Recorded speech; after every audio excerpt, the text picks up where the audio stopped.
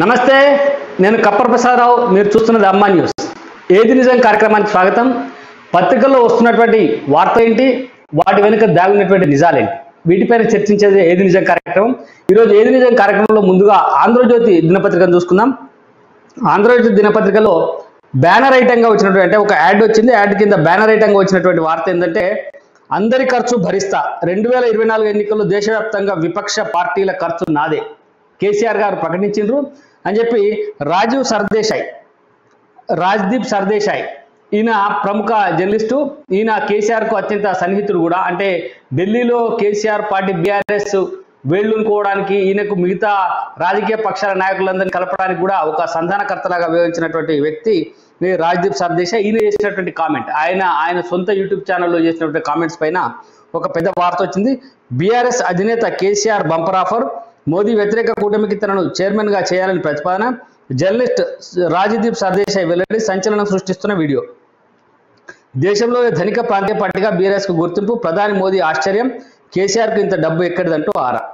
సరే, ఇందులో ఎంతవరకు వాస్తవం ఉందో తెలియదు, ప్రధాని ఆరా తీసిందనేటువంటి వార్త కూడా ఒకటి ఇందులో రాసిండ్రు. కానీ మొత్తానికైతే ముఖ్యమంత్రి కేసీఆర్ గారు జాతీయ స్థాయిలో నాయకుడిగా ఎదగడం కోసం ఎన్ని లక్షల కోట్ల రూపాయలైనా సరే దేశవ్యాప్తంగా ఉండే అన్ని ప్రతిపక్ష పార్టీలకు వెదజల్లి వారందరినీ కొనుక్కొని తను నాయకుడు కావాలనేటువంటి ఒక ఆలోచన చేస్తున్నావు అని చెప్పి ముఖ్యమంత్రి గారికి అత్యంత సన్నిహితంగా అన్నింట్లోనూ సలహాలు సూచనలు అందజేసేటువంటి రాజ్దీప్ సర్దేశాయ్ చేసినటువంటి వ్యాఖ్య. దీనిపైన కూడా చర్చించాల్సినటువంటి అవసరం ఉన్నది. ఇది తర్వాత ఇంకోటి, వాట్సాప్లో ప్రశ్నపత్రం, 10th ప్రశ్నపత్రం కూడా లీక్ అయింది. అది వాట్సాప్లో వచ్చింది అనేది ఒకటైతే, రామోజీరావు గారిని సిబిఐ ఈడీ వాళ్ళు విచారణ జరిపినారు. అందులో నిధులు మళ్లించారా అని చెప్పి, అంటే రామోజీరావు పడేటువంటి చిట్ ఫండ్ కంపెనీ ద్వారా సేకరించినటువంటి నిధులు ఏం చేశారని చెప్పి ప్రశ్నించినటువంటి ఉంది. ఏపీ సిఐడి వాళ్ళు ప్రశ్నించారు రామోజీరావును. మా సంస్థపై ఇప్పటిదాకా ఒక్కరూ ఫిర్యాదు చేయలేదు, 1,00,000 మంది డిపాజిటర్ల నమ్మకం చూరగొన్నాం, తప్పులకు ఆస్కారం ఇవ్వం, మార్గదర్శి చైర్మన్ స్పష్టం. హైదరాబాద్లో విచారణ, ఎల్లుండి శైలజవంతు, రామోజీ విచారణ దృశ్యాలు జగన్ మీడియాలో, అనుకూల ఛానళ్ళు సోషల్ మీడియాలో ప్రత్యేకం అని చెప్పి ఒక ఐటమ్ను ఇందులో ఆంధ్రజ్యోతిలో రాశారు. అయితే 10వ తరగతి పరీక్ష బండిల్ మాయం, పూర్తిగా రాత్రి వరకు వెతికిన ఆఫీస్ సిబ్బంది, పోలీసులకు ఫిర్యాదు, ఉట్నూరులో ఘటన. అంటే ఇట్లా పరీక్ష బండిల్స్, అంటే మొత్తం పరీక్షా పత్రాలు వెళ్ళి దాని తర్వాత పరీక్షా పత్రాలు హాల్లో చేరుతాయి, చేరడానికి ఒక్కొక్క బండిలు, ఒక్కొక్క ప్రాంతానికి పోవడానికి ఒక బండి ఉంటుంది కదా, ఆ బండి మొత్తంగా మాయమైంది అనేది ఒక వార్త కూడా ఇందులో కనబడతా ఉన్నది. లీక్ అయిన వాట్సాప్లో ప్రశ్న అనేది కూడా ఒక వార్త, అంటే 10th ప్రశ్నపత్రం కూడా లీక్ అయింది అని చెప్పి కమిషన్లో ఇంత జరుగుతున్నా మీ దృష్టికి రాలేదు. టీఎస్పీఎస్సీ చైర్మన్ 3 గంటలు ప్రశ్నించిన సిట్, ఏ ప్రశ్నపత్రం లీకేజీలో 3 నిందితుల 3 రోజుల పోలీస్ కస్టడీకి అనుమతి. ఇవి వేరు వాళ్ళు, ఇవి కూడా ప్రధానంగానే వచ్చినాయి. అట్లనే రాహుల్కు బెయిల్, పరువు నష్టంలో మంజూరు చేసిన సూరత్ సెషన్స్ కోర్టు, అప్పీల్పై విచారణ ముగిసేదాకా వర్తింపు, 2 ఏళ్ల శిక్ష తీర్పుపై స్టే కోరిన రాహుల్, 13న విచారణ జరుపుతామన్న కోర్టు. పూర్ణేష్ మోదీకి నోటీసులు, 10లోగా స్పందన తెలపాలని చెప్పి ఆదేశం. సోదరి ప్రియాంక పార్టీ నేతల శ్రేణులతో కలిసి కోర్టుకు హాజరైన అగ్రనేత, న్యాయ వ్యవస్థపై ఒత్తిడికి యత్నం బీజేపీ, అవన్నీ అర్థం లేని ఆరోపణలు కాంగ్రెస్. ఇవన్నీ అంటే రాహుల్ మొన్నదాకా బెయిల్కి పోను, జనంలోకి పోతా, అవసరమైతే పోతా అని మాట్లాడినటువంటి వ్యక్తి అలా మళ్ళీ కోర్టుకు పోయి కోర్టులో బెయిల్కు అభ్యర్థించిన, బెయిల్ కూడా మంజూరైంది. అంటే విచారణ వరకు ఆయనకు బెయిల్ మంజూరైంది. దీనిపైన కూడా మనం మాట్లాడచ్చు. విజయ పాలధర కూడా ₹3 పెంపు అనేది ఒకటి. క్రమబద్ధీకరణపై కదిలికేది, 11,103 మంది కాంట్రాక్ట్ ఉద్యోగులు ఎదురుచూపులు, ముఖ్యమంత్రి హామీ ఇచ్చి ఏడాది పైనే, ఏప్రిల్లో ప్రక్రియ మొదలుపెడతామన్న మంత్రి హరీష్ రావు, ఆ దిశగా కదిలేది, కొన్ని పోస్టులకే అనుమతి ఇచ్చిన ఆర్థిక శాఖ. ఇది ఉద్యోగాలకు సంబంధించి ఒక వార్త, అంటే క్రమబద్ధీకరణ కోసం ఎదురు చూసినటువంటి ఉద్యోగులకు సంబంధించి ఎప్పుడైతే అనేది వార్త. అయితే సత్యం న్యాయాలకు బ్రాండ్ సిబిఐ అని చెప్పి సిబిఐని పొగుడుతూ, అంటే సిబిఐ వార్షికోత్సవాల సందర్భంగా సిబిఐని పొగుడుతూ నరేంద్ర మోదీ గారు చేసినటువంటి వ్యాఖ్య, అవినీతి పరులు ఎంతటి శక్తివంతులైన వదలొద్దు, చర్యలు చేపండి, రాజకీయ సంకల్పానికి లోటు లేదు, స్వాతంత్ర సమయం నుంచి అవినీతి వారసత్వం మోదీ, సిబిఐ డైమండ్ జూబ్లీ వేడుకల్లో ప్రధాని ప్రసంగం అని చెప్పి ఒకటి. కేరళ రైల్లో ఘాతకం, తోటి ప్రయాణికులపై పెట్రోల్ పోసి నిప్పు, భయంతో రైల్లోంచి దూకి 3 మృతి, 9 మంది ప్రయాణికుల కాలిన గాయాలు, ఉగ్రకోణం ఉందా, దర్యాప్తునకు సిట్ ఏర్పాటు, చర్చలకు సిద్ధం, సమ్మె నిర్ణయాన్ని విరమించుకోండి, 6% ఫిట్మెంట్ కట్టుబడి ఉన్నాం, అమల్లో ఎస్మా 6 నెలలు సమ్మెపై నిషేధం. తెలంగాణ విద్యుత్ జేఏసీకి ట్రాన్స్కో జెన్కో సీఎండీ దేవులపల్లి ప్రభాకర్ రావు గారు లేఖ రాసినటువంటి ఒక వార్త. ఇంకొక ఇంపార్టెంట్ న్యూస్ ఏంటంటే ఇది కన్స్ట్రక్షన్ ఇండస్ట్రీకి సంబంధించి చలువ పైకప్పు మస్ట్.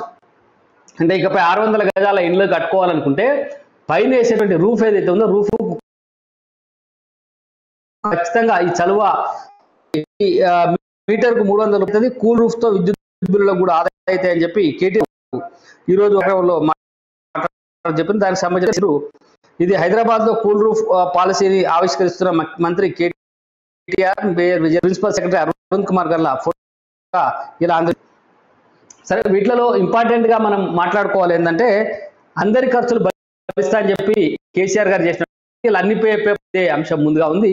దీంతో ఇప్పుడు మనతో పాటు సీనియర్ జర్నలిస్ట్ కృష్ణమూర్తి అలాగే మరో సీనియర్ జర్నలిస్టు అమెరికా నుంచి మనకు లైన్ లో ఉన్నారు. వీరితో మాట్లాడదాం. రాజమౌళి అన్న ముందుగా రాజమౌళి అన్న నమస్కారం.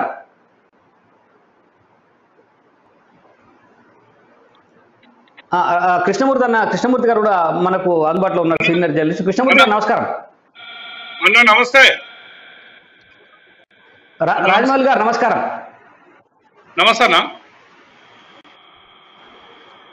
అన్న చెప్పండి. ఇప్పుడు మనం ఇందాక అనుకున్నాం కదా, కేసీఆర్ మొత్తం దేశ రాజకీయాలను శాసించే విధంగా భారీ ఎత్తున ఖర్చు పెట్టడానికి సిద్ధమైండు అని చెప్పి ఇక్కడ మనకు సర్దేశాయి ముఖ్యమైనటువంటి అంటే కేసీఆర్ అంతరంగికులు ఒకరైనటువంటి సీనియర్ జర్నలిస్ట్ ఆయన చేసినటువంటి కామెంట్స్ ఉన్నాయి. దీన్ని ఎలా చూస్తారు మీరు? ఇప్పుడు మనం ఏమో అనుకున్నాం, ఏదో అయిపోయింది. తెలంగాణ వచ్చి 9 ఏళ్ళు అయింది. ఈ తెలంగాణ వచ్చిన తర్వాత ఈ కేసీఆర్ గారు చేస్తున్న దోపిడీ ఏందో ఇప్పుడిప్పుడే మెల్లగా బయటపడుతుంది. కానీ ఇది ఈ దోపిడీ బయటపడక ముందే నేను చాలా మంది ఫ్రెండ్స్ తో అన్నా, తెలంగాణ రాకముందే అన్నా, ఈ పిట్ట మంచి పిట్టే కాదు, ఈ పిట్ట చాలా డేంజరస్ పిట్ట అంటే చాలా మంది నవ్వుకున్నారు. సరే దానిపై పడితే రాజ్దీప్ సర్దేశాయ్ ఆయన చరిత్ర చాలా పెద్దగా ఉంది. మనం మాట్లాడుకుంటే ఆయన గురించి ఒక రకంగా అట్లా ఆయనను మొత్తం బ్రైబ్ చేసిండు కేసీఆర్. మీరు హలో చెప్పండి. రాజ్దీప్ ను కూడా మొత్తం బ్రైబ్ చేసిండు, రాజ్దీప్ ను మొత్తం కొనేసిండు. ఇప్పుడు అది చాలా రోజుల క్రింద నుంచి కొనేసిండు. ఆయనకు స్పెషల్ హెలికాప్టర్ లో మీకు ఒకసారి గుర్తుండుంటది, ఆయన స్పెషల్ హెలికాప్టర్ లో పిలిపించిండు ఒకసారి హైదరాబాద్ కి ఈయన చేసే కార్యక్రమాలని. అయితే ఐ హోప్ రైట్. హలో. అయితే ఆయన స్పెషల్ గా పిలిపించి అప్పటి నుంచి ఆయన చెప్పు చేతుల్లో ఉంచుకున్నాడు. రాజదీప్ కావాల్సింది డబ్బులు. సో ఆ డబ్బుల్ని ఈయన సమకూరుస్తాడు. ఇప్పుడు రాజదీప్ అనేటోడు ఎంతో కొంత నిజం లేనిది కేసీఆర్ అనే వ్యక్తి భారతదేశం మొత్తంలో ఎలక్షన్స్ కి సరిపోయే ఫండ్స్ ని నేను స్పాన్సర్ చేస్తా అని అన్న వర్డ్ ఆయన నోటెంట్ వచ్చిందంటే అందులో డెఫినెట్ గా 100% నిజం ఉంటుంది. ఎందుకంటే అంత బ్యాక్డ్రాప్ ఉన్నాడు, అట్లాంటి వేగ్గా సబ్జెక్ట్ చేయడు. సో ఇప్పుడు ఇది మనం ఆలోచించాల్సిన విషయం, ఎస్పెషల్ గా తెలంగాణ ప్రజలు ఆలోచించాల్సిన విషయం. ఒకప్పుడు డబ్బులేసుకొని బొంబాయికి చూపించి దుబాయ్కి పంపించే వ్యక్తి ఈ రోజు ఇన్ని కోట్లు సంపాదించిందంటే అది మనం తెలంగాణ ప్రజలు డెఫినెట్ గా ఆలోచించాలి. తర్వాత ఆయనే కాదు, ఆయన కొడుకు, కూతురు, ఆయన అల్లుడు, ఆయన సడకుని కొడుకు, వీళ్ళంతా ఎక్కడి నుంచి సంపాదించారు ఇంత డబ్బులు? ఇన్ని కోట్ల ఆస్తులు ఎక్కడి నుంచి వచ్చినాయి? సో ఇది compulsory and definitely Bharatiya Janata party దీని మీద లుక్ వేస్తేనే, అంటే ఒక విధమైన పారదర్శకత, తెలంగాణ ప్రజల్ని వంచకుండా తెలంగాణ ప్రజలకు న్యాయం చేయాలన్న సంకల్పం కనుక బీజేపీ ఉంటే, అందులో నరేంద్ర మోడీ గారిని కనుక మనం ఇంతగానం అనుకుంటున్నాం కాబట్టి, ఒక నిజాయితీ పరమైన పాలన ఇస్తున్నాడు కాబట్టి అనుకుంటున్నాం కాబట్టి, అసలు అన్నిటికంటే స్పెషాలిటీ, అన్నిటికంటే ప్రియారిటీ తెలంగాణకి ఇవ్వాలి. ఈ కుటుంబం పాలనని మనం అంతం చేయాల్సిన అవసరం వచ్చింది ఇప్పుడు. అయితే ప్రజల లోపల ఇంకా కొంతమంది గుడ్డిగా నమ్ముతున్నారు కేసీఆర్. దానికి కారణము అండ్ ఒక కేవలం మాట చెప్పండి ఈ రాజమౌళి గారు, ప్రధానంగా మనకు తెలంగాణలో అనేక రకాలైనటువంటి అవినీతి కార్యక్రమాలు బయటకు వస్తా ఉన్నాయి. ఇప్పుడు ప్రధానంగా తీసుకుంటే లిక్కర్ స్కామ్ లో ఇప్పుడు 100 కోట్ల స్కామ్ జరిగింది, అంటే 100 కోట్ల ముడుపులు ఇస్తున్నట్టుగా తేలింది అని చెప్పింది. కానీ అది మొత్తంగా లోపలికి పోతే వేల కోట్ల రూపాయల స్కామ్ గా అది బయటపడింది. దాదాపు 20,000 కోట్ల రూపాయలు స్కామ్ జరిగేటువంటి అవకాశాలు ఉన్నాయని చెప్పి తేలింది. ఇట్లా అనేక రకాలని మన ఇప్పుడు కాళేశ్వరం ప్రాజెక్టు తీసుకోండి, లేకపోతే మిషన్ భగీరథ, మిషన్ కాకతీయ, ఇవి కాకుండా ప్రభుత్వ భూముల అమ్మకాలు, కొన్ని 100 ఎకరాల భూములు, 1000 ఎకరాల భూముల్ని తెలంగాణ గవర్నమెంట్ వచ్చిన తర్వాత బడా కాంట్రాక్టులకు, ఆంధ్ర నాయకులకు, లేకపోతే ఇతర రాష్ట్రాల నుంచి వచ్చినటువంటి కంపెనీలకు కట్టబెట్టినటువంటి పరిస్థితి రాష్ట్రంలో. వీటన్నింటి మీద జరిగినటువంటి అవినీతి అంతా నిజమే అని చెప్పి అనుకోవాల్సి వస్తుందంటారా ఇప్పుడు? అదే నేను చెప్పబోతున్నా. ఇప్పుడు ఆయన చేసిన కుట్ర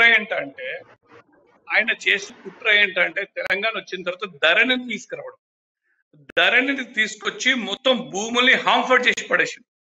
ఇప్పుడు తీన్మార్ మల్లన్న ఆల్రెడీ ధరణి మీద మొత్తం డేటా అంతా కలెక్ట్ చేసిండు, ఆయన దగ్గర ఉంది.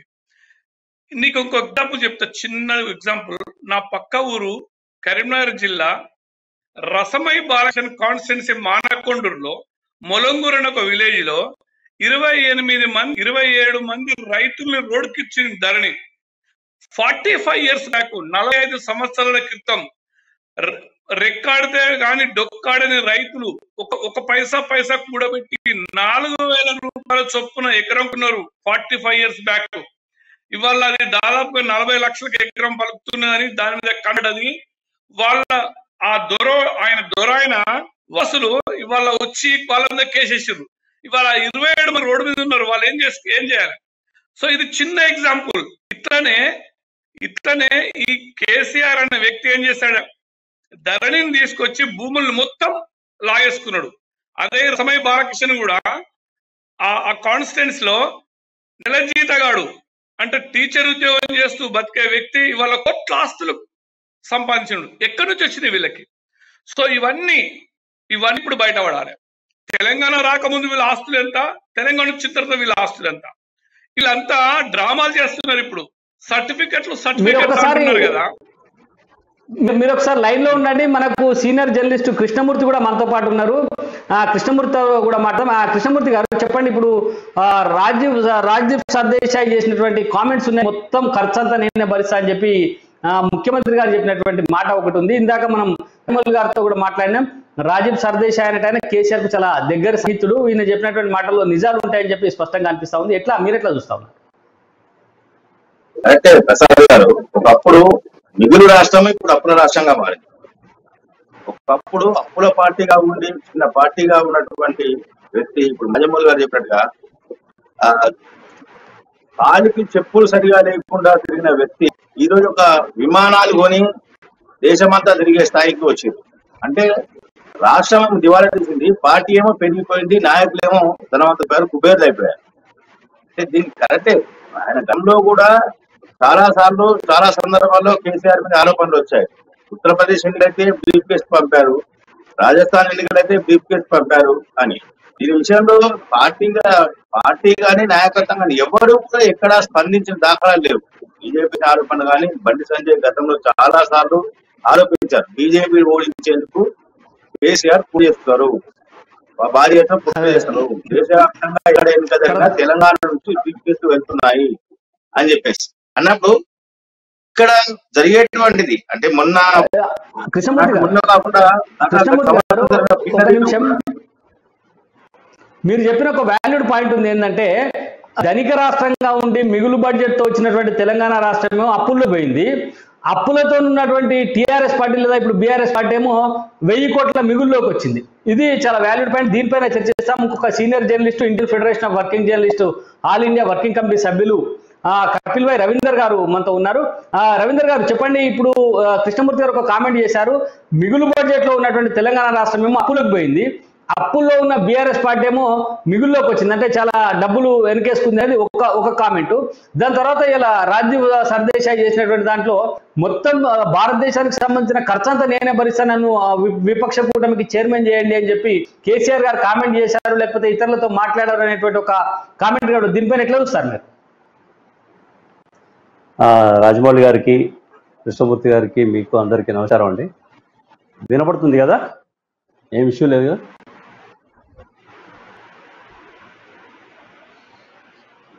హలో, వినపడుతుందా అండి ప్రసాద్ గారు? మీరు మాట్లాడండి కొద్దిగా. మీరు కొంచెం మీ ఫోన్ సరి చేసుకోండి, మీ వీడియో సరిగా రావట్లేదు. ఓకే, ఇప్పుడు పర్లేదు, మాట్లాడండి. రైట్. అయితే ఇప్పుడు రాజ్దీప్ సర్దేశాయ్ మాట్లాడినట్టు దేశం మొత్తం ఖర్చు అంతా నేనే పెట్టా అంటే ఆ పైసలన్నీ కేవలం తెలంగాణ పైసలే, తెలంగాణ డబ్బులే. రాయమల్ గారు చెప్పారు ధరణికి. ఈ ధరణిలా ఎక్కడెక్కడ భూముల్లో యాక్చువల్గా వాళ్ళు సాగు చేసుకోకుండా అట్లా పడవబడి ఉన్న భూములన్నిటినీ కూడా వాళ్ళ లెక్కలకు రాకుండా ఉండిపోయిన భూములన్నీ కూడా ఎక్కడెక్కడ ఉన్నాయని చేసే సర్వే చేసే ఆ ధరణిలోంచి దాంట్లో ఎక్కించి ఎవరైతే ఎక్కించుకోరో అవన్నీ కూడా కైవసం చేసుకునే కుట్ర ఈ ధరణి. అది కేవలం కుట్ర మాత్రమే. ఇప్పుడు ప్రజల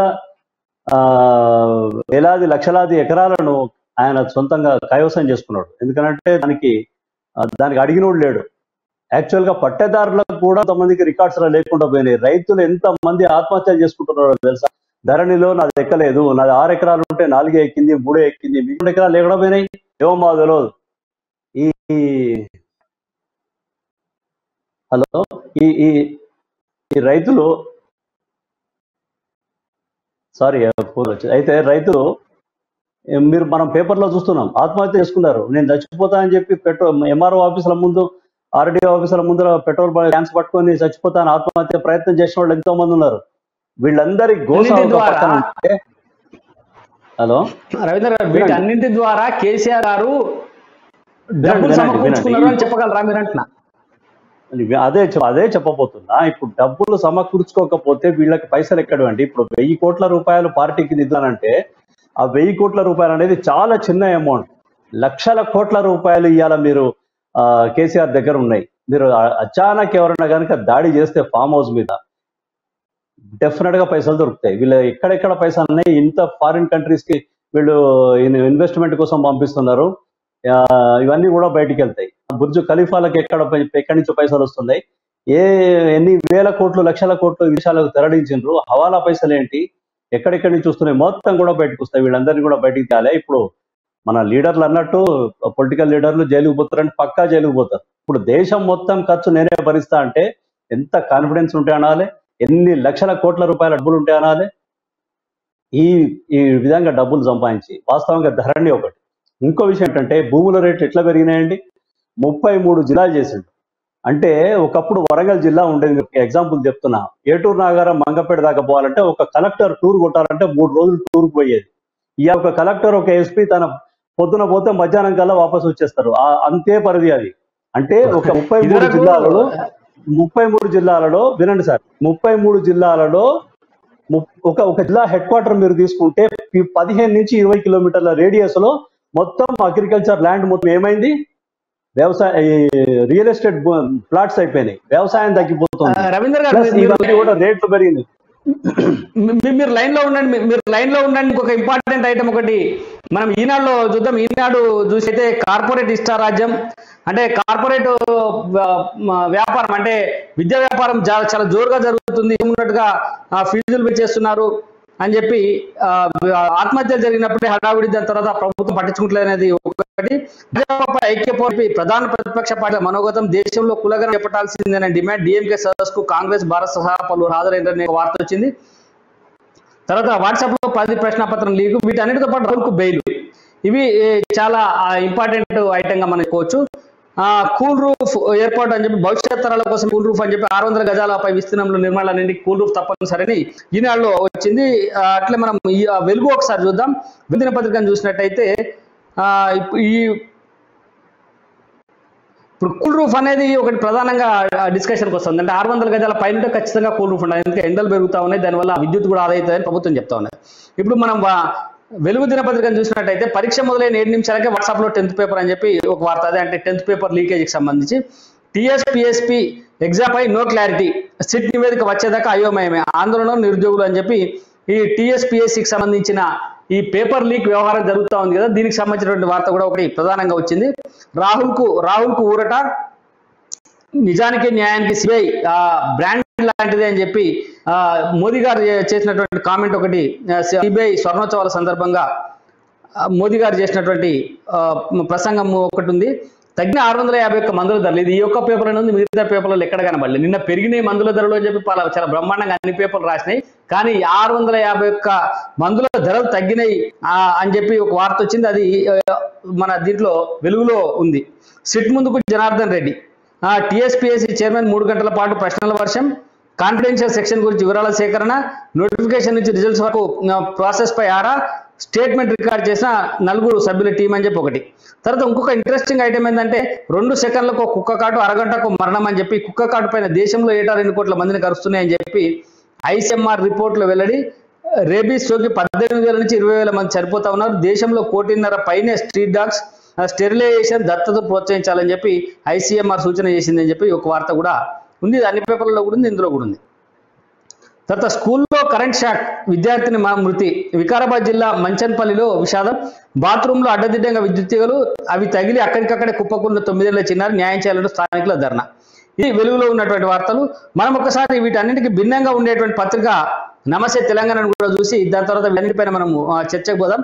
నమస్తే తెలంగాణలో దేశానికి ఆదర్శంగా కూల్ రూఫ్ పాలసీ అని చెప్పి ఒకటి ఐటమ్ ప్రధానంగా, అంటే ఈ కూల్ రూఫ్ కు సంబంధించిన అన్ని వార్తలు అన్నిట్లలో వచ్చినాయి, కానీ ఇందులో భిన్నమైనటువంటి హెడ్డింగ్ తోటి కేటీఆర్ ఒక్కటి ఫోటోతోటే పెద్దగా ఒక వార్త ఏంటంటే కూల్ రూఫ్ దేశానికి ఆదర్శంగా అని చెప్పి ఒక ఐటమ్ వచ్చింది. దాని తర్వాత ఇదేం ధర తల్లి అని చెప్పి వంట గ్యాస్ పైన నిర్మలా సీతారామన్ గారిని కర్ణాటకలో నిలదీసిండ్రు అంటూ అంతర్జాతీయ మార్కెట్ వల్ల కేంద్ర మంత్రి తప్పించున్నది అని చెప్పి కాంచీపురం నుంచి ఒక వార్త వచ్చింది. తమిళనాడులోని కాంచీపురం జిల్లా పలయాసివగం గ్రామంలో పర్యటించిన కేంద్ర మంత్రి నిర్మలకు నిరసనతగా తగిలింది. స్థానిక మహిళలు కేంద్ర మంత్రిని చుట్టుముట్టి వంట గిద్దలపై గట్టిగా నిలదీశారని చెప్పి ఒక వార్త. ఇది మిగతా ఏ పత్రికలలో లేదు, ఇందులో మాత్రమే ఉంది. దాని తర్వాత అంబేద్కర్ విగ్రహం నేడు జాతీయ మేధావుల ధన్యవాద సభ. ఇది కూడా మిగతా పత్రికలలో కనబడలే ఎక్కడ, కానీ ఇందులో కనబడ్డది ఏంటంటే 125 అడుగుల అంబేద్కర్ విగ్రహ ఏర్పాటుకు కేసీఆర్ కృషి అమోఘం, సచివాలయానికి అంబేద్కర్ పేరు పెట్టడం దేశానికి గర్వకారణం, Prabuddha international, Samatadal, ST officers forum ఆధ్వర్యంలో ఒక సభ నిర్వహిస్తున్నారు, ధన్యవాదాల సభ నిర్వహిస్తున్నారు అని చెప్పి ఒక వార్త రాసినారు.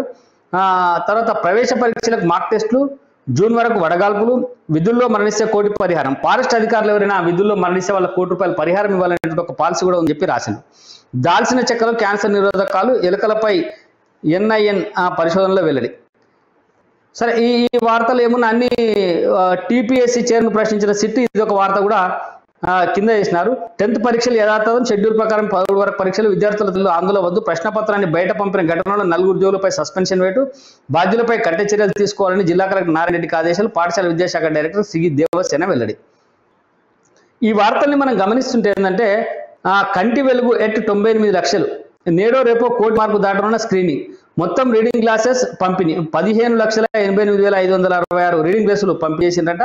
మొత్తం ప్రిస్క్రిప్షన్స్ గ్లాసెస్ కోసం రెఫర్ చేసిన 11,90,433 అని చెప్పి దాదాపుగా 1 కోటి మంది కంటి వెలుగు పరీక్షలు చేసుకున్నారని చెప్పి ఇస్తాం. దాని ఇంకొక ఐటమ్ వచ్చింది ఏంటంటే ఆ జడ్జిని దారికి తెస్తామంటూ న్యాయమూర్తిని బెదిరించిన హర్యానా సీఎం వ్యాఖ్యలు, అహంకార వైఖరికి నిదర్శనం, ప్రతిపక్షాల తీవ్ర ఆగ్రహం, వెంటనే న్యాయ వ్యవస్థ క్షమాపణలు చెప్పాలని డిమాండ్, విమర్శలు రావడంతో వ్యాఖ్యానాలు ఉపసంహరించుకున్న కట్టర్ అని చెప్పి హర్యానా ముఖ్యమంత్రి పైన కూడా ఒక వార్త ప్రధానంగా నమస్తే తెలంగాణలో కనబడతా ఉన్నది. ఇప్పుడు మనం మాట్లాడదాం రాహుల్ గాంధీకి సంబంధించి. అంటే ఇప్పటిదాకా కేసీఆర్ గారు తను అనేక రకాల డబ్బులు లక్షల కోట్లు తన దగ్గర సమకూరినాయి, వీటిని దేశవ్యాప్తంగా పంపిణీ చేసి మొత్తం ప్రతిపక్షాలన్నిటికీ నాయకుడు కావాలనేటువంటి ఒక ఉద్దేశంతో ఉన్నారు అనేటువంటి ఒక వార్త మనము చూసినాం. ఇది నిజమే, ఎందుకంటే 100% కేసీఆర్ గారు ఖచ్చితంగా అన్ని రాష్ట్రాల్లో బీజేపీకి వ్యతిరేకంగా ఫండింగ్ చేస్తున్నటువంటి విషయం గత ఎన్నికల్లో, కర్ణాటక ఎన్నికల్లో కానీ, ఉత్తరప్రదేశ్ ఎన్నికల్లో కానీ, మొన్న ఢిల్లీకి సంబంధించి ఆపుకు సంబంధించినటువంటి ప్రచారంలో కానీ టీఆర్ఎస్ డబ్బుల పంపిణీ జరిగింది, అన్నిటికీ డబ్బులు ఇస్తా ఉన్నారనేది తేలిపోయింది. ఇప్పుడు ఇంకా రాజీవ్ సర్దేశాయ్ ఒక అడుగు ముందుకేసి ఇంకా మొత్తం అన్ని ప్రతిపక్షాలకు ఈయనే ఫండింగ్ చేస్తా, దీనికి ఒక పెద్దనలాగా నేనే వ్యవహరిస్తాను, నన్నే చైర్మన్ చేయని అన్నట్టుగా ఒక వార్త కూడా బయటకు వచ్చింది. ఇవన్నింటిని గమనిస్తుంటే దేశం మొత్తం మీద ప్రాంతీయ పార్టీలో అత్యంత ధనికమైనటువంటి పార్టీగా టీఆర్ఎస్ ఆవిర్భవించింది అనేది స్పష్టంగా అర్థమవుతా ఉన్నది. దాని తర్వాత మిగతా చిన్న చితక పార్టీలను అన్నింటినీ కలుపుకొని వాటన్నింటి కూటమికి చైర్మన్ కావాలి. గతంలో మన దగ్గర నుంచి ఎన్టీ రామారావు గారు చైర్మన్ గా వ్యవహరించారు, మొత్తం ప్రతిపక్షాలను కలిపినటువంటి ఘనత ఆయనదే. గతంలో కాంగ్రెస్ ప్రభుత్వానికి వ్యతిరేకంగా మొత్తం ప్రతిపక్షాలన్నింటినీ ఏకతాటిపైకి తెచ్చినటువంటి ఘనత అప్పుడు ఎన్టీ రామారావు గారికి దక్కింది. కానీ ఎన్టీ రామారావు గారు డబ్బు పంపిణీ చేసో లేకపోతే ప్రతిపక్షాలను కొనుగోలు చేసో వాళ్ళని ప్రలోభ పెట్టో అప్పుడు ఆ నేషనల్ ఫ్రంట్ కూడగట్టలే. అప్పుడు కాంగ్రెస్ మీద ఉండబడేటువంటి వ్యతిరేకాన్ని ప్రచారం చేయడం ద్వారా అన్ని పార్టీలను పార్టీ లోపల ఐక్యత సాధించడం ద్వారా కూర్చొని మాట్లాడడం ద్వారా ఆయన దాన్ని సాధించింది. ఎందుకు సాధించండి? ఆయన అప్పటికి ప్రాంతీయ పార్టీగానే ఉన్నాడు, జాతీయ పార్టీగా పోలే. అన్ని ప్రాంతీయ పార్టీలను కలిపి ఒక కూటమి కడదామని చెప్పి ఆయన ప్రయత్నం చేసిండు, అందులో సక్సెస్ఫుల్ అయ్యింది. కానీ ఇలా చంద్రశేఖరరావు గారు ఏం చేస్తుండే, ఈయన ప్రాంతీయ పార్టీని తీసేసి రద్దు చేసి జాతీయ పార్టీ పెట్టుకొని జాతీయ పార్టీలో నాయకుడిగా ఎదగాలి, ఒక జాతీయ నేత కావాలి, రేపు అవసరమైతే ప్రధానమంత్రి నేనే కావాలి అనేటువంటి దురాశతోటి చేస్తున్నటువంటి ప్రయత్నంగా కనబడతా ఉంది. అయితే ఈ డబ్బులు ఎంతవరకు ప్రభుత్వం చూపిస్తాయి అనేది మనం ఆలోచిద్దాం. ఇందాక మన కృష్ణమూర్తి గారు చెప్పింది కానీ, లేకపోతే రాజమౌళి చెప్పింది కానీ, లేకపోతే మన రవీంద్రనే చెప్పింది, వీళ్ళందరూ చెప్పింది కూడా ఏంటంటే కేసీఆర్ కి చాలా డబ్బు వచ్చి తెలంగాణనేమో అప్పుల ఊబిలోకి పోయింది, కేసీఆర్ పార్టీ ఏమో మిగులు బడ్జెట్లోకి వచ్చింది. దీనికి గల కాలం ఏంటంటే అవినీతి అనేది స్పష్టంగా అర్థమైంది. ఇది ఒకటైతే ఇంకొక ఇంపార్టెంట్ అంశం, దీనిపైన మనం ఇప్పుడు చర్చిద్దాం. రాహుల్ గాంధీ బెయిల్ కోసం ఇవాళ కోర్టుకు పోయాడు. నిన్నటిదాకా నేను బెయిలే తీసుకోను, బెయిల్ నాకు అవసరమే లేదు, నేను ఖచ్చితంగా ప్రజాక్షేత్రంలో మాత్రమే కొట్లాడతా అంటూ ఇంకొక మాట ఆయన చెప్పిండు. ఏంటంటే సత్యమే నా ఆయుధం అని చెప్పిండు. సత్యాన్నే మాట్లాడతా, సత్యం కోసమే మాట్లాడతా అని చెప్పినటువంటి ఒక ప్రకటన కూడా స్పష్టంగా మనం రాహుల్ గాంధీ నోటి నుంచి విన్నాం. దీన్ని ఎట్లా చూడాలి? రాహుల్ గాంధీ గారు నిజంగానే సత్యాలు మాట్లాడుతూ ఉన్నారా? సత్యాలు మాట్లాడేటట్టయితే స్వాతంత్రం వచ్చినప్పటి నుంచి ఇప్పటిదాకా భారతదేశంలో కాంగ్రెస్ పార్టీ చేసినటువంటి అనేక అంశాలపైన కూడా అదే సత్యాన్ని నేను మాట్లాడగలుగుతారా లేదా? ఈ విషయంపై మాట్లాడదాం మనం. ముందుగా రాజమౌళి గారు. అన్న, ఇప్పుడు రాహుల్ గాంధీ అనే వ్యక్తి ఇదే కేసీఆర్ అప్పుడు ఏమన్నాడంటే జోకర్ అన్నాడు, బఫూన్ అన్నాడు. అవును. సో ఇప్పుడు రాహుల్ గాంధీ అనే ఒక వ్యక్తి క్రెడిబిలిటీ అన్నది మొత్తం వదిలిపెట్టేసేసి ఒక నీతి నిజాయితీ లేని వ్యక్తిగా ఆయన లండన్ వెళ్ళిన తర్వాత ఒక కాలేజీలో ఒక నీచాతి నికృష్టమైన కామెంట్ చేస్తాడు భారతదేశం గురించి. ఆయనకి ఏం క్రెడిబిలిటీ ఉంది? అసలు నువ్వు ఏ దేశం ఎగినా ఎందుకు ఎగినా ఓడరా నీ తల్లి భూమి భారత్ని అన్నారు. అట్లాంటి వ్యక్తి క్రెడిబిలిటీ అనేది పక్కన పెట్టేసి నీకు నీచము నికృష్టము బుద్ధితోని నువ్వు లండన్ లో ఒక యూనివర్సిటీలో విద్యార్థులను ఉద్దేశించి భారతదేశం మీద విషంగా కట్టుని నువ్వు, నీకు భారతదేశం మీద ఏం హక్కుందా? అరే నీకు ఒక అద్భుతమైన అంటే నీ తాత నీ నాయనమ్మ నీ తండ్రి ప్రధానమంత్రి తర్వాత నీకు బంగారు పల్లెంలో పెట్టి ఒక ప్రధానమంత్రి పదవి వస్తుందని తీసుకోలేని మూరు నువ్వు దాన్ని ప్రధానమంత్రి పదవిని ఇప్పుడు ఆయన ఏమంటున్నారంటే సత్యమే మాట్లాడతా అంటా ఉన్నాడు. ఈ సత్యాన్ని నిజంగా రాహుల్ గాంధీ గారు మాట్లాడగలరా? ఆయన మాట్లాడేది సత్యాలనే, సత్యమే మాట్లాడతా, సత్యం కోసమే నిలబడతా అంటున్నారు కదా, ఎంతవరకు ఆయన నిలబడగలుగుతారు? సత్యము గిత్యము పక్కన పెట్టు, నిత్యము దరిద్రుడే, నిత్యము అబద్ధాల కోరు ఆయన ఒకటే సమాధానం చెప్పుకోను, నీ అధికారాన్ని దుర్వినియోగం చేసుకున్నావా లేదా? నీ బావకి ఎన్ని కోట్ల ఆస్తుంది మీరు అధికారం రాకముందు, ఇప్పుడు ఎంత ఉంది? అది ఒక్కటి చెప్పుకోవాలి అంతే. ఇదే విషయంపై మనం మాట్లాడదాం. మనము కపిల రవీందర్ గారు మనకు లైన్ లో ఉన్నారు. రవీందర్ అన్న, రాహుల్ గాంధీ సత్యమే మాట్లాడుతా అంటున్నాడు కదా, ఈయన నిజంగానే సత్యాలు మాట్లాడుతా ఉన్నాడా? తన నానమ్మ ఆ బలిదానం చేసింది దేశం కోసం రక్తాన్ని చిందించింది అని చెప్పిండు. వాస్తవం, ఆ ఉగ్రవాదుల చేతుల్లో ఇందిరాగాంధీ గారు చనిపోయిండ్రు, రాజీవ్ గాంధీ గారు చనిపోయిండ్రు. వాళ్ళిద్దరి బలిదానాలు జరిగినాయి, వాస్తవం కళ్ళకి తెలుసు. కానీ ఆ బలిదానాల వెనుక కారణమైనటువంటి వ్యక్తుల్ని పెంచి పోషింది ఎవరు అనేటువంటి సత్యాన్ని, ఆ ఖలిస్తాన్ వేర్పాటువాదానికి లేకపోతే బిన్వాలే ఈ దేశం పైన పడి రాక్షస కృత్యాన్ని సృష్టించి వేల మందిని హతమార్చినటువంటి ఘటనలకు అంటే బింద్రన్ వాలేను సృష్టించడానికి గల కారణాలు రాహుల్ గాంధీ చెప్పగలుగుతారంటారా? రాహుల్ గాంధీ ఎందుకు చెప్తారండి అవన్నీ? మేము ఎప్పుడు సత్యమే మాట్లాడుతూ ఉంటాడు, అబద్ధాలే ఆయన చెప్పే సత్యం. ఇందిరాగాంధీ వాస్తవంగా ఉగ్రవాదాన్ని పెంచి పోషించింది. అటు పంజాబ్లో కానీ, ఇటు బెంగాల్లో కానీ, ఇటు నక్సలైట్లను పెంచి పోషించింది కూడా వాళ్ళే. ఎక్కడైతే గొడవలు సృష్టించి లబ్ధి పొందదా అనుకున్న రాజకీయం మొదటి నుంచి వాళ్ళది అదే ఉంది. సరే, ఇప్పుడు ఒకవేళ సత్యాలు మాట్లాడతారు అనుకుంటే ఇది రాహుల్ గాంధీ ఇవన్నీ ఎందుకు చెప్తాడు? కానీ ఒకవేళ సత్యమే మాట్లాడతాడు అని అనుకుంటే మనం సూటి ప్రశ్న ఒకటి వేయొచ్చుంటే, విదేశాలకు పోయి స్వదేశాన్ని తిట్టిండు, అది తినడం సత్యమేనా? అది కరెక్టా? భారతదేశాన్ని ఇప్పుడు ఇదే ఇందిరాగాంధీ సార్ ఈ ఏర్పాటువాదం, నక్సలిజాన్ని, తర్వాత తీవ్రవాదాన్ని పెంచి పోషించినది ఆ విషయం పక్కకు పెడితే, విదేశాలకు పోయి మన దేశాన్ని వాళ్ళైతే ఎప్పుడు తిట్టిన సందర్భాలు లేవు, ఎప్పుడు దూషించిన సందర్భాలు లేవు. భారతదేశాన్ని మీరు నమ్మకండి అని చెప్పిన సందర్భం ఎప్పుడూ లేదు. ఈడు మాత్రం ఈ పిల్లాడు ఇట్లా తయారైపోయాడు, దేశాన్ని కించపరచడం. ఇప్పుడు రాజమౌళి చెప్పినట్టు ఏ దేశం ఎగినా అని, ఎక్కడికి పోయినా నా దేశం గొప్పది, నా ప్రధానమంత్రిని నువ్వు పొగడకున్నా పర్లేదు కానీ నా దేశం మాత్రం చాలా గొప్పదని చెప్పాలి. అంతే తప్ప దేశం అంతా నాశనం అయిపోయింది, హిందూ రాజ్యం అయిపోతుంది, మత పాలనకు వస్తున్నది, మన మైనారిటీలకు రక్షణ లేదు, ఇది మాట్లాడతారు అనంటే ఇతర దేశాలకు పోయి ఇక్కడ ఏం రక్షణ లేదు, వాస్తవంగా మాట్లాడితే ఈ దేశంలో హిందువులకే రక్షణ. ఇదే అంశం కృష్ణమూర్తి గారు కూడా లైన్ లో ఉన్నారు. కృష్ణమూర్తి గారు చెప్పండి, ఈ నిజంగానే రాహుల్ గాంధీ గారి సత్యమైన ఆయుధం అనే మాట ఆయన నోటి నుంచి వచ్చింది కదా, దాన్ని ఎంతవరకు ఆయన నిలబెట్టుకోగలుగుతారు? ఆయన నిజంగానే సత్యం మాట్లాడేటువంటి అవకాశం ఉందా? ఆయన వరకు ఆయన మాట్లాడే సత్యప్రసాద్ గారు అంటే దేశ ప్రజలు ఏమనుకుంటారు, రాజకీయ నాయకులు ఒక ఫ్యాషన్ అయిపోయింది. రాజకీయ నాయకులు అంటే అందరికీ, రాహుల్ గాంధీకి అందరికీ కూడా ఏంటంటే నేను చెప్పింది ప్రజలించారు బుద్ధిగా అనే దాంట్లోకి వచ్చేసారు. కానీ నేను ఏముంది, నేను ఏం మాట్లాడుతున్నా, ఏం చేస్తున్నా అనేది కొంచెం ఆలోచన చేస్తే, కొంచెం ఆలోచన కొంచెం వెనక్కు వెళ్ళి వాళ్ళు ఏం చేశారు, పూర్వంలో వాళ్ళు ఏం మాట్లాడారు, ఏం జరిగింది, 10 ఏళ్ల యూపీఏ పాలన ఏం జరిగింది, దాంట్లో జరిగిన వాస్తవాలు చెప్పగలరా, ఇవన్నీ కూడా ప్రశ్నించాల్సిన అవసరం ఉంది. వాస్తవం మన్మోహన్ సింగ్ ప్రధానమంత్రిగా ఉన్నప్పటికీ దాని వెనుక నడిపించిన ప్రభుత్వం నడిపించిన వాళ్ళు ఎవరు, అదృశ్య శక్తి ఎవరు, అదృశ్య శక్తులు చేసినటువంటి ఏంటి, ఎన్ని కూటాలు చేశారు, ఎన్ని కుంభకోణాలకు పాల్పడ్డారు, ఎంత దోపిడీ జరిగింది, ఎంత దేశానికి సంబంధించిన సంపద దూసుకుపోయారు, శత్రుచితో ఉన్నటువంటి ఏంటి వీళ్ళ సంబంధాలు, ఇవన్నీ కూడా వాస్తవాలు మాట్లాడితే ప్రజలకు బాగుంటాయి కదా. ఏది మాట్లాడకుండా నేను చెప్పింది కరెక్ట్, నేను ఏది మాట్లాడతా కరెక్ట్ అంటే వాన వరకు కరెక్టే, కానీ ప్రజలు దాన్ని విశ్వసించట్లేదు. ప్రజలు విశ్వసిస్తే ఇన్ని ఏ రాష్ట్రంలో ఎన్నికలు జరిగినా కాంగ్రెస్ పార్టీని రాహుల్ చీకొడుతున్నారు. ఎందుకు కొడుతున్నారు? వాస్తవాలు మాట్లాడలేదు కాబట్టి. అది ఇప్పటికైనా రాహుల్ గాంధీ గమనించాల్సిన అవసరం ఉంది. వాస్తవాలు అంటే ఉన్నది ఉన్నట్టుగా చెప్పడము, ఏం చేశారు, ఏం జరిగింది, ఆత్మసాక్షిని ప్రకారంగా చెప్పాలి. ఆత్మసాక్షిని పక్కకు పెట్టి నేను మాట్లాడుతుందని చేస్తానంటే ఆయన ఏం మాట్లాడుతున్న స్పీచ్లలో ఒక్కోసారి ఆయన ఏం మాట్లాడుతున్నా ఆయనకి అర్థం కావట్లేదు. అది మనం సోషల్ మీడియాలో చాలా వరకు చూస్తా ఉన్నాం. అది కామెడీ స్పీచ్ లాగా కొన్నిట్లనే కామెంట్గా పెట్టేశారు. కృష్ణమూర్తి గారు నిజమే, కాంగ్రెస్ పార్టీ గనక సత్యాలే మాట్లాడితే బాగానే ఉండేది, ప్రజలు కాంగ్రెస్ పార్టీ వెంట నిలబడేటోళ్ళు, ఇందులో ఏమాత్రం లేదు.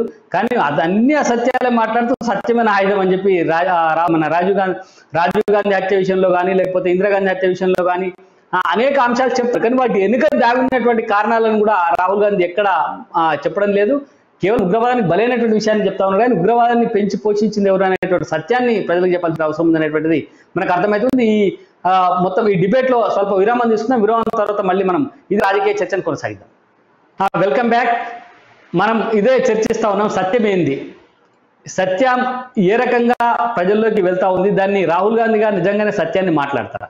2 అంశాలు మనం చర్చిస్తున్నాం. ఒకటి, కేసీఆర్ గారు మొత్తం దేశంలో ఉండబడేటువంటి అన్ని ప్రతిపక్ష పార్టీలకి నాయకత్వం వహించడానికి ఒక ప్రణాళిక రూపొందిస్తా ఉన్నారు. దానికి ఎన్ని వేల కోట్ల రూపాయలు ఖర్చు అయినా నేనే భరిస్తా అని చెప్పి ఆయన ఒక హామీ ఇచ్చిండ్రు. ఈ మేరకు అన్ని రాజకీయ పార్టీలు ఆలోచిస్తా ఉన్నాయని చెప్పి ప్రముఖ జర్నలిస్టు రాజ్దీప్ సర్దేశాయ్ చేసినటువంటి కామెంట్ ఒకటి. అట్లనే రాహుల్ గాంధీ గారు కోర్టుకు వెళ్తూ సత్యమైన ఆయుధం, సత్యం కోసమే మాట్లాడతా, సత్యం కోసమే నిలబడతా అని చెప్పినటువంటి మాట. వీటిపైన మనం చర్చిస్తున్నాం. మనతో పాటు అమెరికా నుంచి లైన్ లో ఉన్నటువంటి రాజమౌళి గారు, ఈ రెండిట్లలో సత్యాలు ఏ మేరకు ఉన్నాయి? నిజంగానే కేసీఆర్ గారు అన్ని వేల కోట్ల రూపాయలను ఖర్చు పెట్టి నాయకత్వం వహించగలరు? ఫస్ట్ రాహుల్ గాంధీ గురించి చెప్తానా. నాకు ఈ అమెరికాలో నేను కొన్ని పల్లెటూర్లకు వెళ్తా ఉంటాను. అంటే నా రీసెర్చ్ భాగంగా, అంటే ఎస్పెషల్లీ పల్లెటూర్లలో, అంటే ఈ గ్యాస్ స్టేషన్లలో మనకు ఎక్కువ ఇన్ఫర్మేషన్ దొరుకుతుంది. అక్కడికి వెళ్తే వాళ్ళు నరేంద్ర మోడీ అంటే నల్ల జాతీయులు, తెల్ల జాతీయులే కాకుండా మెక్సికన్స్ కూడా చాలా మంది లోపల నరేంద్ర మోడీ అన్నది పేరు చాలా నానిపోయింది. వాళ్ళకు ఇండియా అంటే నరేంద్ర మోడీ అని చెప్తున్నారు. నాకు అంతకుముందు ఇట్లాంటి పరిస్థితి లేకుండే. అయితే వాళ్ళని నేను ఇంకొక క్వశ్చన్ కూడా అడిగిన, నరేంద్ర మోడీ ఎట్లా పరిపాలిస్తున్నాడు, అద్భుతంగా పరిపాలిస్తున్నాడు. ఆయన almost all is the world leader అని చెప్పేసి చెప్తున్నారు.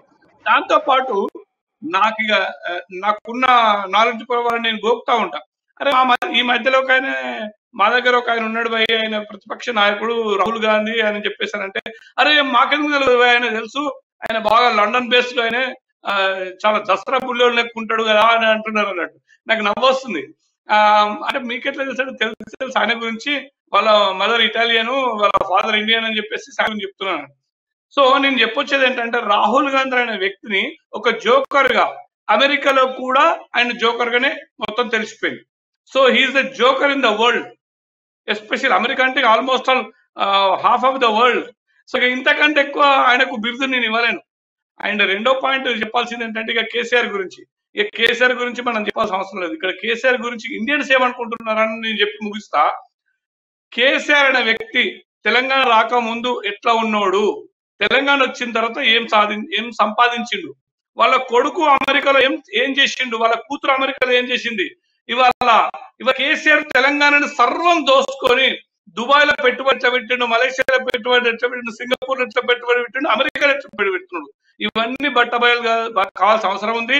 అమెరికా ఉన్న తెలుగు వాళ్ళల్లా, తెలంగాణ వాళ్ళల్లా 95% మంది కేసీఆర్ ఫ్యామిలీ అంటే అసహించుకుంటున్నారు. మీకు ఇంకొక ఎగ్జాంపుల్ చెప్తా. నాకు తెలిసి ఒక మిత్రుడిని, ఎవరైతే కేసీఆర్ మీద ట్రోల్ చేసే వాళ్ళు, కేసు నుంచి విమర్శించే వాళ్ళకి అమెరికా నుంచే వాళ్ళని బెదిరిస్తున్నారు. అమెరికాలో ఉన్న వ్యక్తుల ద్వారానే వాళ్ళ గొంతు నొక్కుతున్నారు. ఇప్పుడు తిరుమల మల్లన్న అన్నట్టు ఫేమస్ అయ్యిండు. అట్లా కానోళ్ళు నాకు తెలిసిన 4 మిత్రులని గొంతు నొక్కిరు.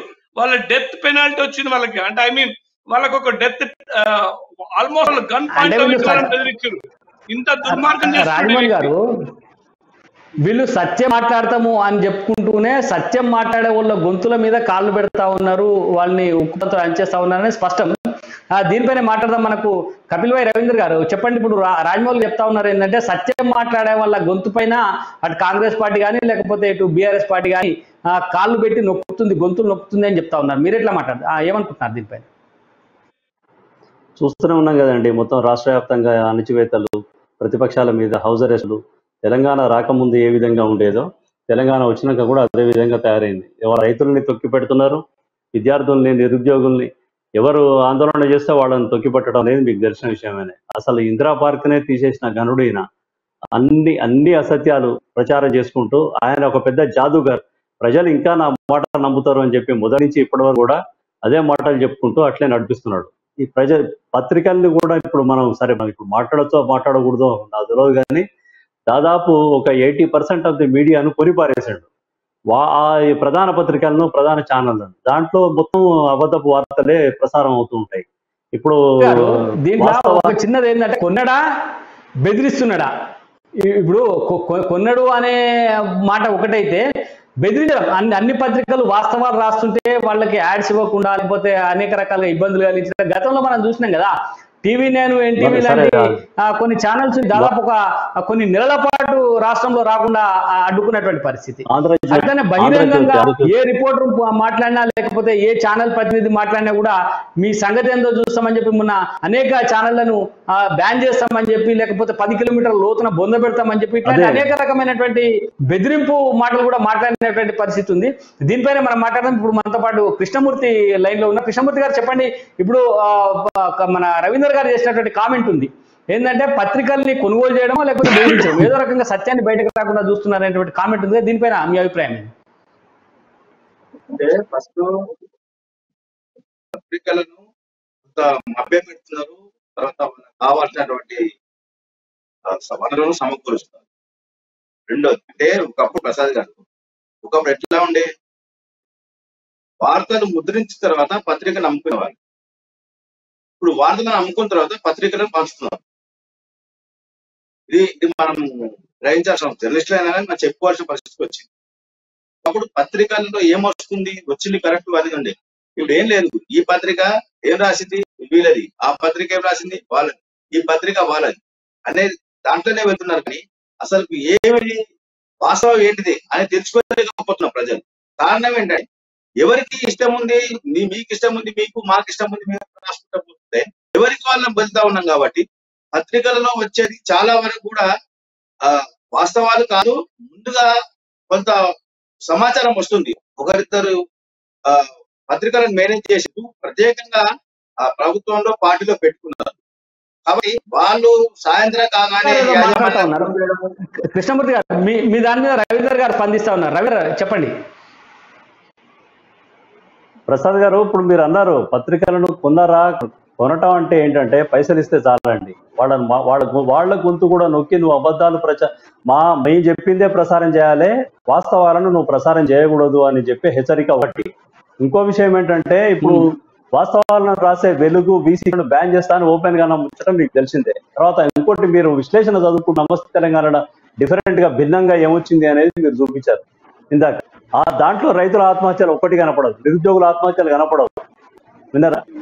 తర్వాత ఈ ఓఆర్ఆర్, రింగ్ రోడ్డు వీటన్నిటి మీద ఆందోళన చేస్తున్న రైతులు ఎంతో మంది అవస్థలకు గురై తన్నులు తిని పోలీస్ స్టేషన్లో పోయి వాళ్లకు కేసులు పడ్డాయి. ఇవేవి కూడా నీకు నమస్తే తెలంగాణ పేపర్ కనపడవు. ఇవి ప్లస్ వాళ్ళు కూడా ఏది ఈ సోకాల్డ్ ఛానల్స్ నమస్తే తెలంగాణ ప్రశ్నపత్రికం లీక్ అని లేదు, 10వ తరగతి ప్రశ్నలు యథాతథం అంటే ప్రశ్నపత్రం లీక్ అయింది, ఇబ్బంది అనేది లేదు, కరెక్ట్ అంతా బాగా నడుస్తాయి, సౌకర్యం బాగానే ఉంది, ఇద్దరు సస్పెండ్ చేసిండ్రు, వాటికి ఇబ్బంది ఏం లేదు అని చెప్పి ఒక బాగా నమస్తే తెలంగాణలో వచ్చింది. కానీ నువ్వు ప్రశ్నపత్రం లీక్ అయింది బయటికి పోయింది అనేటువంటి వార్త ముందుగా రాసి దాని తర్వాత యథాతథంగా జరుగుతాయని రాయాలి. కానీ అది లీక్ అనేటువంటి మాట లేకుండా పరీక్ష యథాతథం అని చెప్పి రాసుకున్నటువంటి పరిస్థితి ఉండేటువంటి పరిస్థితులే కొనసాగిస్తాయి. ఇలా మిగతా ప్రధాన పత్రికలు అని చెప్తున్నటువంటి పత్రిక విషయంలో కూడా అనేక అభ్యంతరాలు ఉన్నాయి. వాళ్ళు ఏ వార్త నిన్ననే మనం మాట్లాడుకున్నాం, ప్రతిరోజు అన్ని పత్రికల మొదటి పేజీలో కేటీ రామారావు గారి ఫోటో ఏదో ఒక వార్త సందర్భంగా ఉండాల్సిందే. ఇది స్పష్టం. ఏదైతే ఇలా కూల్ రూఫ్ అనేసారు, రేపు ఇంకో హాట్ రూఫ్ అనేసారు, లేకపోతే ఇంకో రూఫ్ అయినా ఇంకో రూఫ్. మొత్తానికి మొదటి పేజీలో కేటీ రామారావు గారి ఒక అభిమానమైనటువంటి ఒక ఫోటో వార్త స్పష్టంగా అన్ని పత్రికలలో ఉండాలనేది ఒక నిబంధన, నియమం. ఖచ్చితంగా అది అన్ని పత్రికలు పాటిస్తా ఉన్నాయి. అయితే ఇందులో రాజమౌళి గారు చెప్పండి, ఈ ప్రధానంగా ఇవాళ మనం చూస్తున్నటువంటి అంశం ఏంటంటే సత్యం మాట్లాడకుండా ఇటు కేసీఆర్ కానీ అటు రాహుల్ గాంధీ గారు సత్యమే మా ఆయుధం అని చెప్పేటువంటి కేసీఆర్ గారు పదే అన్ని సమావేశాల్లో చెప్తా ఉన్నారు, అరే ఉన్నట్టు మాట్లాడితే ఇంత ఉలికెందుక, ఇంత కోపం వస్తుందానే, గిదే జరిగే తరిక. తెలంగాణలో ఒక్క రైతు కూడా ఆత్మహత్య చేసుకోలేని చెప్పి నా మహారాష్ట్రకు సంబంధించిన రైతు నాయకులు వచ్చి చేరితే చెప్పింది. ఇది నెట్లో చూడాలి, నిజంగానే సత్యం అనేటువంటి అంశం ఈ ఇద్దరి మాటలలో ఎక్కడైనా కనబడుతుంది. ఆయన మాట విన్న తర్వాత నిజంగా శరము, లజ్జ, మానము, మర్యాద ఉన్నోడు ఎవడైనా అయితే అసలు పదవులు ఉండదు. మహారాష్ట్ర కర్ణాటక ఎలక్షన్స్ పెట్టుకుని మహారాష్ట్రకి ఎందుకయా పోయినవు, అక్కడ పోయిన తర్వాత జీరో ఆత్మహత్యలు అంట రైతులు. సిగ్గు శరం ఉండాలి ఆ వ్యక్తికి కడం అంటే sorry to say this word అంటే ఒక ముఖ్యమంత్రి గారికి మనం గౌరవిస్తాం, కానీ ఆ వ్యక్తికి గౌరవించుకునే అర్హత కూడగొట్టుకున్నాడు ఈ రోజు. ఎందుకంటే నీకు దమ్ము ఉంటే కర్ణాటకకు వచ్చి అక్కడ చెప్పాలి.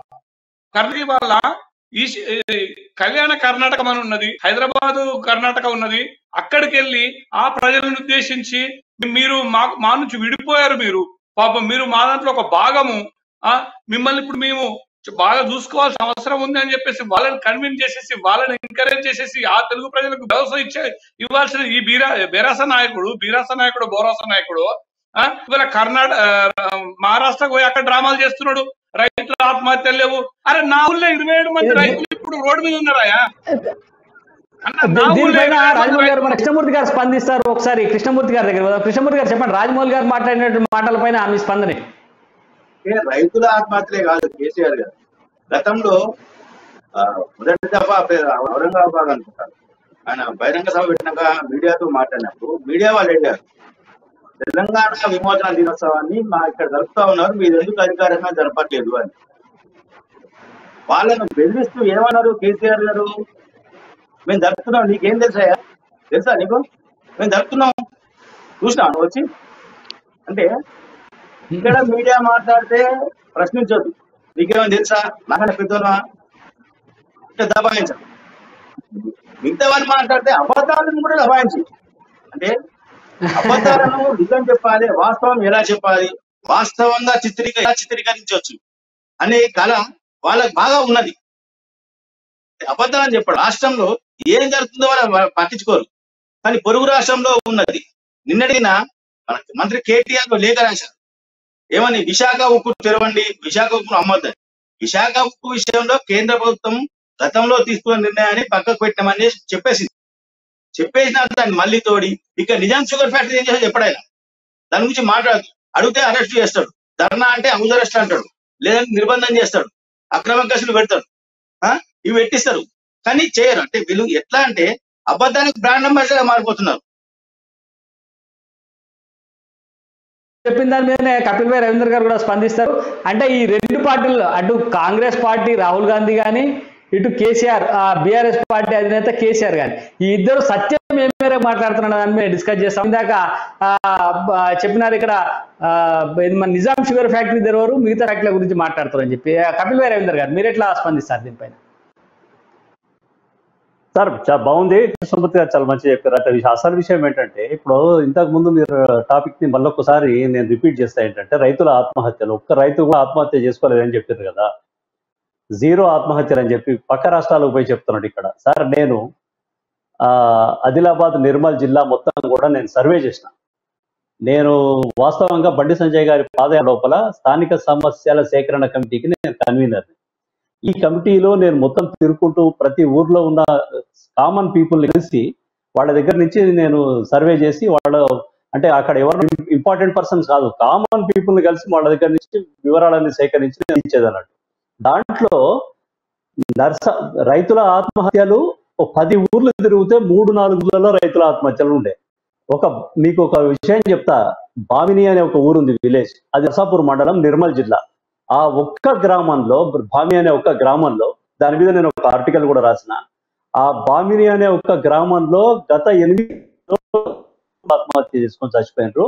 రీసెంట్ గా సట్ల అంజయ్య అని అతను రజక, అతను కూడా ఆత్మహత్య చేసుకొని చచ్చిపోయాడు. రైతుల ఆత్మహత్యలు లేనే లేవు అనేది కేసీఆర్ చెప్పే ముచ్చట. ఇదే మీకు చాలు. ఏది అబద్ధాలు చెప్తున్నాడా, అసత్యాలు పలుకుతున్నాడా, సత్యం పలుకుతున్నాడా? వీళ్ళందరూ రాహుల్ గాంధీ కానీ కేసీఆర్ కానీ అసత్యమేవ జయతే, వీళ్ళు సత్యమేవ జయతే కాదు. ఇది క్లియర్. నేను మీకు నిన్న కూడా మనం డిస్కస్ చేసినప్పుడు కూడా మనం అదే చెప్పినాం. మీకు ఇవన్నీ ఎందుకంటే ఇప్పుడు 2 రోజులకు ఒకసారి కనీసం ఏదైనా ఒక పేపర్ చూసుకుంటే, నేను ఆత్మహత్యలు లేని రోజు ఎప్పుడన్నా అవపడుతుందా అని చూస్తే, ఒక రోజు, వారంలో ఒక రోజు అవపడుతుంది. మిగతా రోజులో ప్రతిరోజు రైతు ఆత్మహత్య, ఆర్థిక సమస్యలతో రైతు ఆత్మహత్య. వీళ్ళ రైతు బంధు ఎందుకు ఇది? దీనిపై ఒకసారి మనం కృష్ణమూర్తి గారితో మాట్లాడదాం. కృష్ణమూర్తి గారు, మనము నిన్న కూడా అనుకున్నాం ఈ సందర్భంగా, నిన్న రైతు స్వరాజ్య వేదికకు సంబంధించినటువంటి ఆర్గనైజర్స్ తో మనం మాట్లాడినాం. పులిరాజు రైతు స్వరాజ్య వేదికకు సంబంధించిన నాయకులు వారు చెప్పింది స్పష్టంగా, తెలంగాణలో తెలంగాణ కాదు, వాళ్ళు ఉమ్మడి ఆంధ్రప్రదేశ్ ఉన్నప్పటి నుంచి కూడా రైతులు ఆత్మహత్య జరిగినప్పుడు ఆ గ్రామాలకు పోవడం, ఆ రైతు కుటుంబాన్ని పరామర్శించడం, వాళ్ళు ఎందుకు ఆత్మహత్య చేసుకునే ఒక రికార్డ్ అంతా సేకరిస్తా ఉన్నారు. ఈ రికార్డు ప్రకారంగా వాళ్ళు చూసినప్పుడు దాదాపుగా 1000 మంది రైతులు ఆత్మహత్య చేసుకున్నట్టుగా వాళ్ళ దగ్గర పేరుతో సహా, పేరు, ఊరు, ఆ రైతు ఎందుకు ఆత్మహత్య చేసుకున్నాడో, ఆయనకి ఎన్ని ఎకరాల భూమి ఉంది, ఆయనకు వచ్చినటువంటి కష్టం ఏంది, ఆయనకి ఎంత అప్పు ఉంది, ఈ వివరాలన్నీ సేకరించి ఒక లిస్ట్ వాళ్ళ దగ్గర ఉన్నది. కానీ దాన్ని కూడా కేసీఆర్ గారు పక్కన పడేసారు. అంటే రైతు ఆత్మహత్యలు అనేవి లేనేలేవని చెప్పి జీరోగా చెప్పినటువంటి మాట ఒకటి మనం గమనించింది.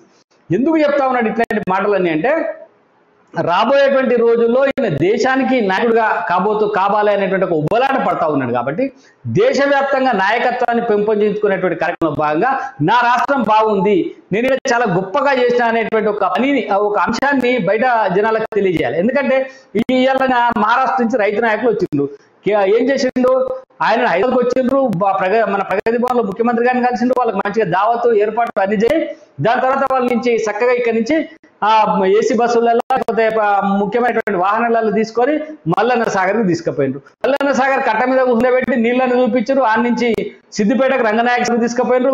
హరీష్ రావు గారు మంచిగా దావత్ ఏర్పాటు చేసిన వాళ్ళకు బ్రహ్మాండంగా భోజనాలు చేసిండ్రు.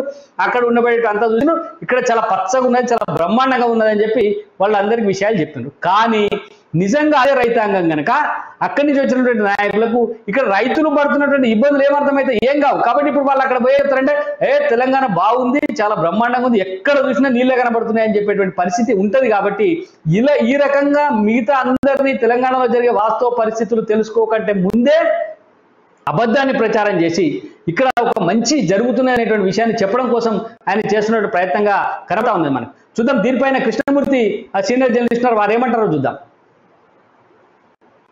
ఆత్మహత్యలు లేవు అనేది అంతకన్నా శుద్ధ అబద్ధం లేదు. అది సెంచరీ ఆఫ్ ది లై అని చెప్పొచ్చు. మనం సెంచరీకి సంబంధించిన అబద్ధం. వాస్తవానికి రైతుల విషయంలో రాష్ట్ర ప్రభుత్వాలు పట్టించుకోవట్లేదు. రాష్ట్ర ప్రభుత్వం మొత్తం వదిలేసింది, రాజకీయ వదిలేసింది. కేసీఆర్ గారు చెప్పారు గతంలో, ఉచిత ఎరువులు ఇస్తాను, ఎంత అయితే ఎన్నైనా సరే ఇస్తాను అని చెప్పారు. ఆ హామీని నెరవేర్చుకుని కొంత రైతు ఉపశమనం కలిగించాల్సిన అవసరం.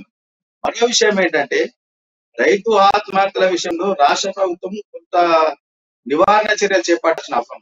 రైతులు ఆత్మహత్యలు లేవని చెప్పి చేతులు దులుపుకోవడం కాదు, అంటే పాలకులు ఏది చెప్తే అది కరెక్టు అని అనుకోవడం అనేది తప్పదు. రాష్ట్రంలో రైతాంగం చాలా ఇబ్బందులు ఉన్నారు. ధాన్యం కొనుగోలు విషయంలో కేంద్రంతో రాజకీయం ఆడేందుకు కేంద్ర ప్రభుత్వాన్ని ఇరుకున పెట్టాలన్న ఉద్దేశంతో ధాన్యాన్ని నెలల తరబడి రోడ్ల మీద ఉంచి రైతులు ధాన్యం కుప్పల మీదే రైతులు మరణించిన సంఘటనలు మనం ఎన్నో చూసినాం, ఎన్నో జరిగినాయి. రహదారుల వెంట వెళ్తే మనకు ధాన్యం బస్తాలు రహదారుల వెంట వేసిన ఎన్నో రోజులు ఉన్నాయి. వానకు తడిసి మొలకలు వచ్చిన ధాన్యం మొలకలు వచ్చి రైతాంగం గుండెలు బతుకున్న సంఘటనలు మనం ఎన్నో చూస్తున్నాం. ఇవన్నిటిని కేసీఆర్ మర్చిపోయి మాట్లాడినట్టుగా, పాలకులు మర్చినట్టుగా అధికారులు కూడా కొంత ఈ విషయంలో చివరగా ఒకసారి రాజమౌళి గారితో మాట్లాడదాం. మనకు సమయం అయిపోయింది. రాజమౌళి గారు దీనికి సంబంధించిన ఒకటే నిమిషంలో మీరు మీ వివరణ చెప్పండి అన్న. ఒక్క నిమిషం మీకు ఒక విషయం చెప్పాలి. ఇదే నిజాం షుగర్ ఫ్యాక్టరీ గురించి చెప్తా మీకు. నిజాం షుగర్ ఫ్యాక్టరీలో పనిచేసిన నాకు తెలిసిన ఒక 4-5 వ్యక్తులు దుబాయ్ లో పాపం లేబర్ పని చేస్తున్నారు. అమెరికాకి వచ్చి అక్కడ ఉద్యోగాలు కోరి అమెరికాకి వచ్చి అమెరికాలో గ్యాస్ స్టేషన్లలో పనిచేస్తున్నారు. సో వాళ్ళంతా రైతులు పాపం. అక్కడ హాయిగా ఆ దేశంలో మన తెలంగాణలో ఉండి బలాల్సిన వాళ్ళు ఇవాళ విదేశాలలో వచ్చి లేబర్ పని చేసుకుంటూ బతుకుతారంటే అఫ్ కోర్స్ వాళ్ళు హ్యాపీగా ఉన్నారు. లేబర్ పని చేసినా what ever it may be, but వాళ్ళ ఉనికిని కోల్పోయినారు అక్కడ. అంటే ఒక రైతుగా ఉన్న ఉనికిని కోల్పోయి మనకు సమయం. ఈ కార్యక్రమంలో మనం చాలా అంశాలు చర్చించినాం. నిజంగా రాహుల్ గాంధీ గారు సత్యం మాట్లాడతారంటే రాహుల్ గాంధీ గారు ఏ కోశాన్ని కూడా సత్యం మాట్లాడే అవకాశం లేదు. ఎందుకంటే ఆయన సత్యం మాట్లాడదస్తే భారతదేశంలోకి స్వాతంత్రం వచ్చిన తర్వాత అప్పటి నుంచి ఇప్పటిదాకా కాంగ్రెస్ పార్టీ చేసినటువంటి పరిపాలనలో జరిగినటువంటి విషయాలన్నింటినీ కూడా ఆయన సత్యం చెప్పదలిస్తే నిజంగా సత్యంగా చెప్పాలి. నిజంగా ఇందిరాగాంధీ గారి ఆ హత్య చాలా దారుణం. దీన్ని దేశ ప్రజానీకమంతా ఖండించింది, మనం ఇప్పటికీ ఖండిస్తాం. ఇందిరాగాంధీ గారు రక్తాన్ని ధారపోశారు.